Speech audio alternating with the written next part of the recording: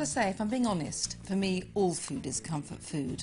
But there are times when, because of work or the pressures of life, you really need a bowlful of something warm and familiar, or a slice of something sweet, just to make you feel the world is a safer place.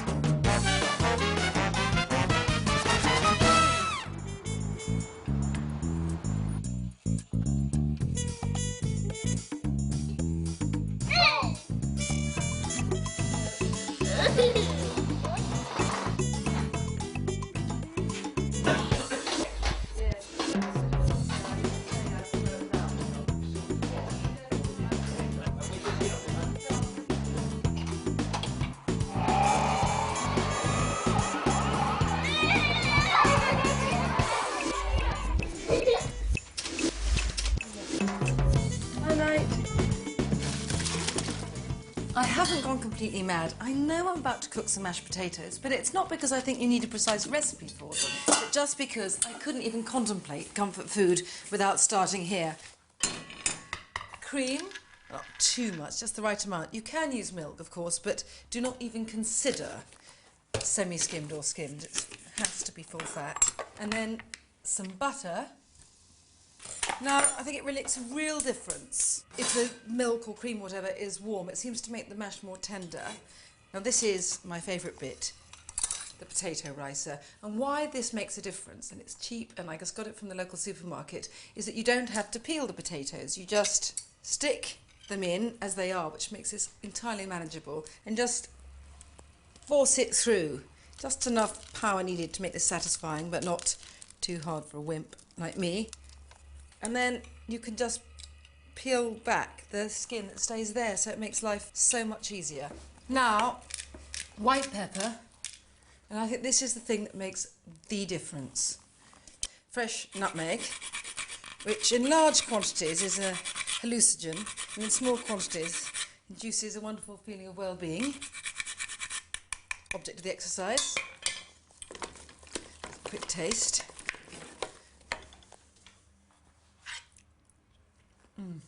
Some salt then. And I think a bit more butter, since what I'm doing here is seeking to offer protection from life solely through the means of potato, butter and cream. This is probably enough protection from life as it is. And I don't think, to be honest, you need to have mashed potato with anything. I'll leave those there for later, actually. A modest portion.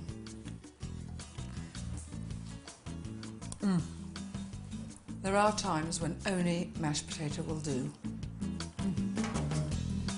Now, the thing about cold mashed potato is that it doesn't taste so good reheated, but it makes really good fish cakes. This is tinned salmon, and actually they taste more like nursery food, and it's that that's so comforting. And anyway, children love them too, which is good. Just an egg, some cayenne pepper, not too much, especially if children are going to be eating them, and zest of half a lemon. If you're using cold boiled potatoes, which you've just put through the ricer, then add a bit of melted butter to give them that lovely richness. And just mix together. Only drawback of canned salmon is it does smell a bit like cat food, but it just tastes so delicious that you just have to suffer this bit. And form them into patties, or about the size of, your palm.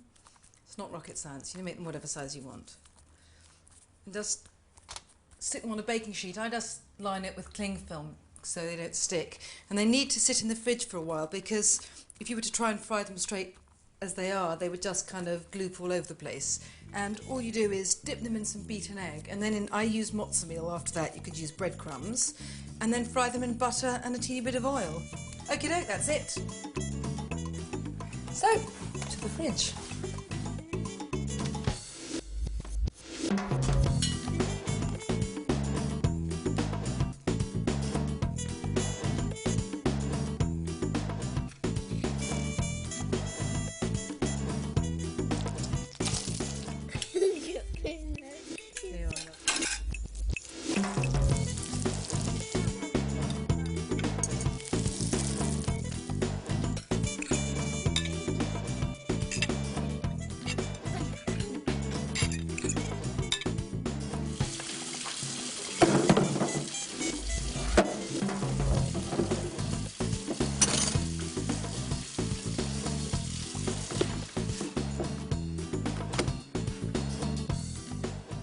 I just couldn't sleep securely in my house at night unless I have a store cupboard banked with food. I have to say, food is to me what shoes were for Imelda Marcos. This is my chocolate stash. Now, of course, I keep these for cooking, you understand, but they are very, very necessary, these buttons here, for the middle of the night when only chocolate will do. Vanilla sugar, great for making you feel very reassuringly that your house is banked about with good things. Vanilla pods and caster sugar, and frankly all you need to do is put a teaspoon in some warm milk at night. Life's better. And this is my absolute favourite rice for risotto. For me, the ultimate comfort food.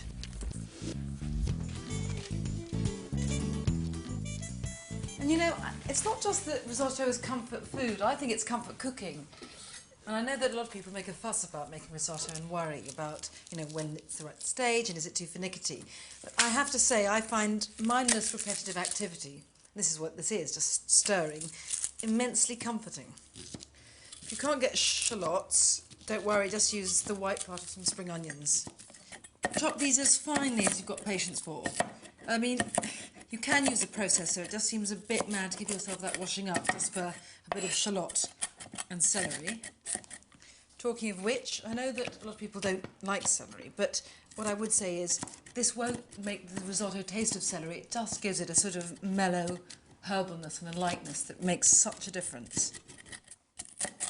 Perfect. Right, butter. Bit of oil, this is ordinary olive oil, not extra virgin.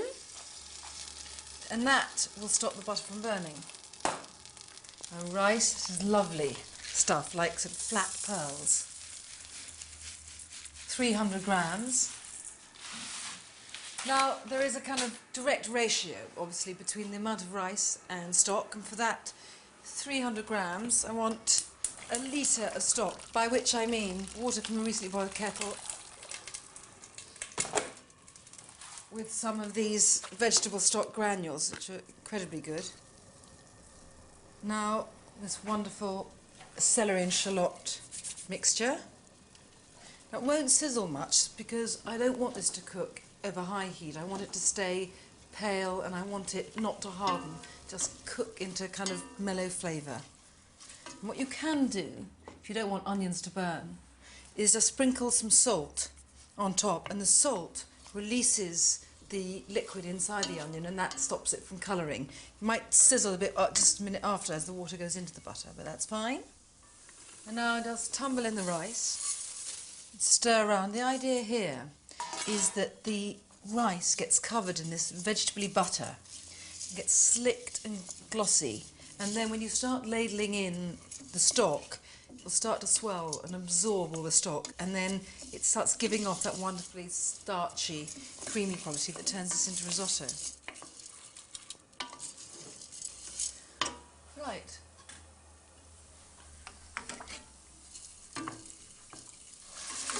So just ladle the stock in, and you have to wait until the rice has absorbed that ladleful before you carry on with the next ladle. Now, after the rice has absorbed, you know, about 3 or 4 ladlefuls, you can start sort of swashing a bit more in, and it doesn't matter if you don't keep stirring all the time. You can just get on with anything nearby. You can't leave it. But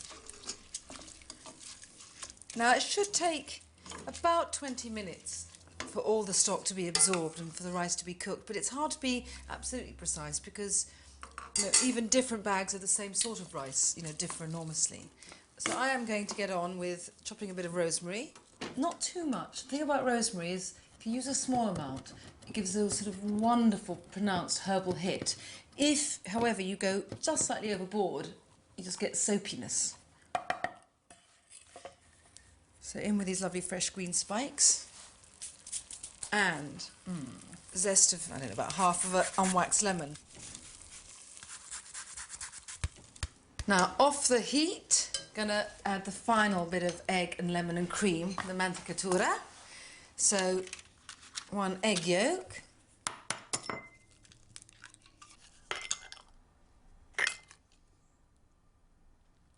Doesn't matter if there's a bit of white to it, you just don't want too much. Cream. And this is wonderful, really kind of balances the sharpness of the lemon later. Parmesan, just wonderful pale curls of it. And lemon juice. Quite like this sort of ritual disemboweling of the lemon. Oh, and then whisking it turns it into this wonderful primrose emulsion. And then stir in this, and it turns this rather sort of pale rice into this extraordinary kind of blonde risotto. And just stir it until it's so wonderfully soupy allonde, the Venetians call this. It means with a wave to it. Perfect. Now, in theory, this would be enough for supper for two. In practice, I rather feel one.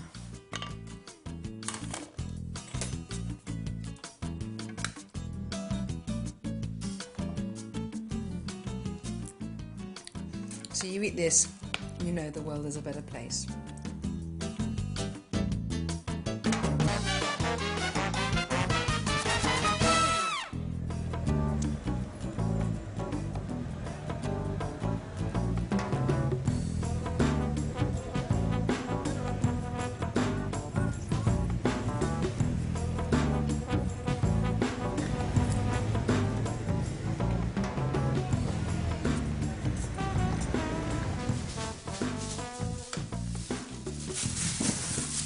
Right, this is supper, and what I love about this is that it's incredibly simple. It's just sweet potato, ordinary potato, peppers, garlic, onion, chopped up, not peeled, in a roasting tin, and then when everything's cooked, a bit of halloumi cheese just sliced on top. So you can be as tired as you probably are and still cope with this. Because ordinary potato takes longer to cook than sweet potato, the ordinary white potato should be a bit smaller, so do this about 4 centimetres square. And all these vegetables, I mean both the potatoes, even the ordinary potato, but especially the sweet potato, the red onion and the peppers are all very sweet, which I suppose is also why it's comforting. But the halloumi is incredibly salty, and the contrast between those two is just perfect. Right, the onion, just in quarters or eighths. Red and yellow peppers, garlic. Right, there's my oil, here it is. And this is the bit I like in a minute. Just go like that with your fingers just so that everything is covered a bit. And then some pepper, don't put salt on. One, because the halloumi later is very salty, but also because what you don't want is water to leach out of the vegetables. You want them to roast rather than braise. And that's sort of 3/4 of an hour in a sort of fairly hot oven.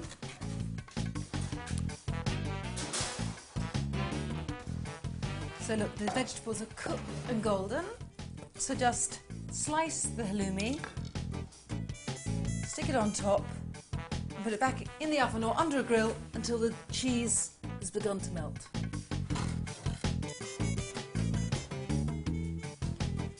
So the halloumi is blistered and brown, and a bit of parsley just to add oomph, and eat it straight out of the pan.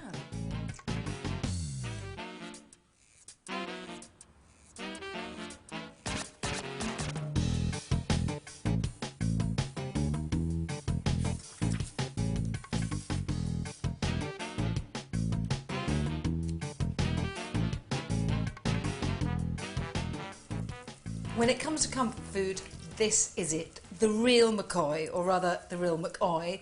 It's a chicken soup, Jewish penicillin, soother of life, restorative broth, feet, very important part.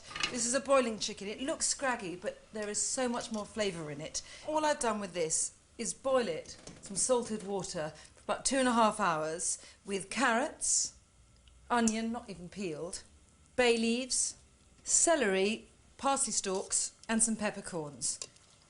What I like is to have this very clear soup and in it some dumplings, not any old dumplings, knedelig. And these are just dumplings made with mozza meal, which is a sort of cracker crumbs, egg, and although in this context, believe me, stodge is good, in order to make the dumplings really sort of as fluffy as they can be, you need to whisk this egg very, very well. And next comes crucial ingredient, schmaltz. Now, schmaltz is just chicken fat. Otherwise, you can use goose fat. Really, if you're not going to go on either of those ones, it should be margarine.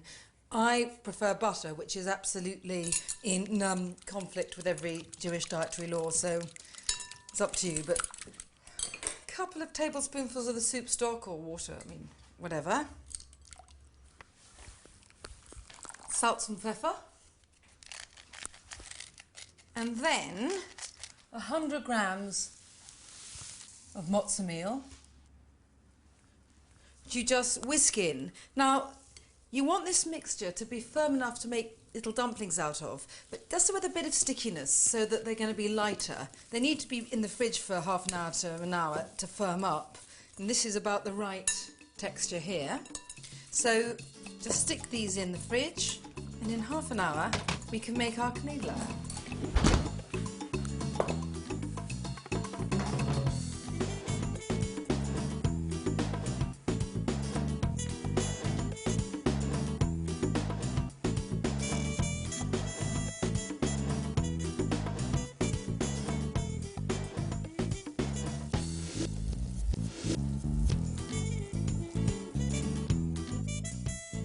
Now the chicken soup in all its pure goldenness. Now I'm sieving it through some kitchen towel just to remove any excess fat. What you can do, and I tend to do normally, is just cook it the day before and then put it in the fridge, and you just kind of skim off the fat because it solidifies on top. There were some scientific tests of chicken soup recently which showed that it actually did possess anti-inflammatory and antibacterial properties, although I do have to say that the true believers, and I mean that in the culinary rather than devotional sense, need no outside corroboration. You just have to taste this, even just look at it to know that it's going to do you good. Now for my little dumplings, or not so little, the knedler do swell as they cook. And they've had about 20 minutes simmering in salted water. They float to the surface when they're cooked in any way. They start looking kind of fluffier and just ready to be eaten. Look at these little babies going in. Oh. If you wanted not to bother with the knedler bit, just put in some cooked noodles or rice. Ah, this is it. Now look at this golden ladleful.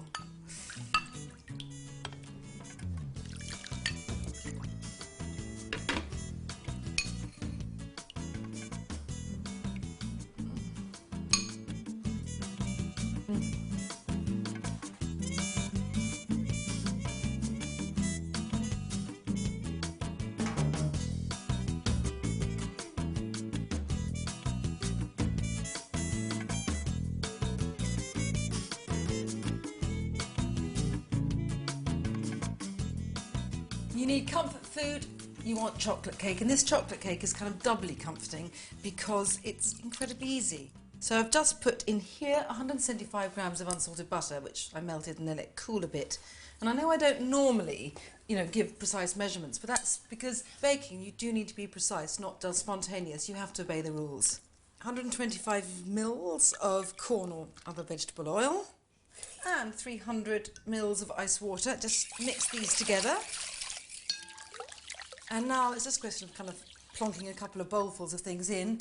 In this bowl, I've got 400 grams of plain flour, 250 of golden caster sugar, but use ordinary caster sugar if that's easier, 100 grams of light muscovado sugar, 50 grams of the most wonderful brown and sort of earthy cocoa, 2 teaspoons of baking powder and a teaspoonful of bicarb, and it's just whoosh in here.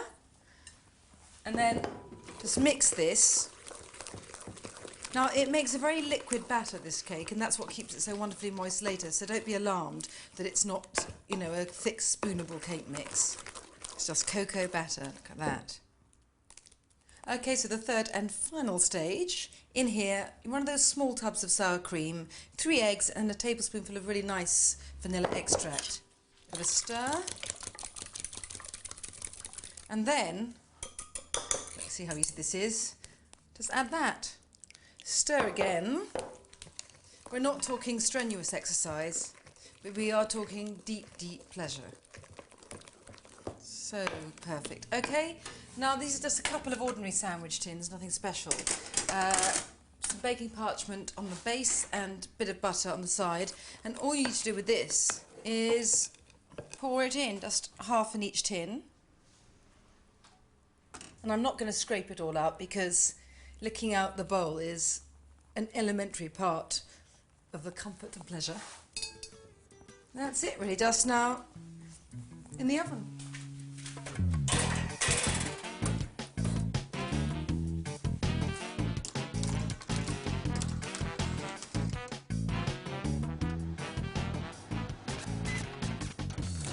To ice a chocolate cake, you need a really good chocolate icing, and this, of course, is the fundamental part. It's melted. Now, I melt chocolate in the microwave because it's kind of easy, about 3 minutes, medium, and I use these chocolate buttons. One, because they're very good, but also because then I don't have to chop the chocolate before I stick it in. And what makes this icing very fudgy is a modest amount of butter. Pack it. Has to be soft, has to be unsalted. And 275 grams of icing sugar. Has to be sieved so the icing is smooth. Just add it gradually, spoonful by spoonful. So these cakes on the cooling rack had about, I'd say, just under an hour in a 180-degree oven. And what you'll notice is the centres are still slightly soft, but the cakes will be springing away from the tins on the outside. And you need to let them cool thoroughly because otherwise the icing will just melt. Might have to live dangerously and make this bit faster. Last bit.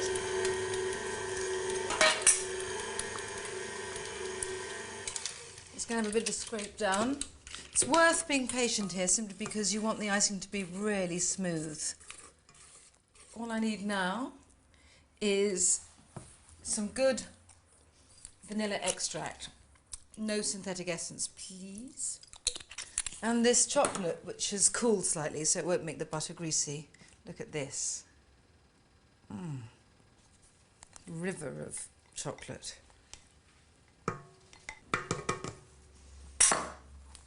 Just mix this and it should be combined and really divine.